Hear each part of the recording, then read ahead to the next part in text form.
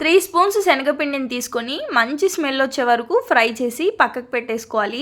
అదే ప్యాన్లో 3 స్పూన్స్ వరకు ఓట్స్ వేసి ఓట్స్ కూడా మంచి కలర్ వచ్చే వరకు ఫ్రై చేసి పక్కకు పెట్టేసుకోవాలి. అదే ప్యాన్లో 1 స్పూన్ ఆయిల్ వేసుకొని సన్నగా కట్ చేసుకున్న ఆనియన్స్, క్యాబేజ్ అలాగే క్యారెట్ వేసి ఆనియన్స్ కొంచెం మగ్గిన తర్వాత అందులో సాల్ట్ అలాగే పెప్పర్ పౌడర్, కొంచెం చిల్లీ ఫ్లేక్స్, కొంచెం పసుపు వేసేసి ఇవన్నీ పచ్చివాసన పోయి కొంచెం ఫ్రై అయ్యే వరకు ఫ్రై చేసేసుకొని అందులో సన్నగా కట్ చేసుకున్న కొత్తిమీర కూడా వేసి 2 మినిట్స్ ఫ్రై చేసి స్టవ్ ఆఫ్ చేసేసి పక్కకు పెట్టేసుకొని ఇప్పుడు ఒక మిక్సింగ్ బౌల్లోకి 3 ఎగ్స్ తీసుకున్నాను. అందులో మనం ఫ్రై చేసుకున్న వెజిటబుల్స్ అన్నీ వేసేసి బాగా మిక్స్ చేసుకొని అందులోనే ఫ్రై చేసుకున్న శనగపిండి, ఓట్స్ని ఫ్రై చేసుకున్నాం కదా అది మెత్తగా మిక్సీ పట్టేసుకొని ఇందులో యాడ్ చేసుకొని ఉండలేమీ లేకుండా బాగా కలిపేసుకోవాలి.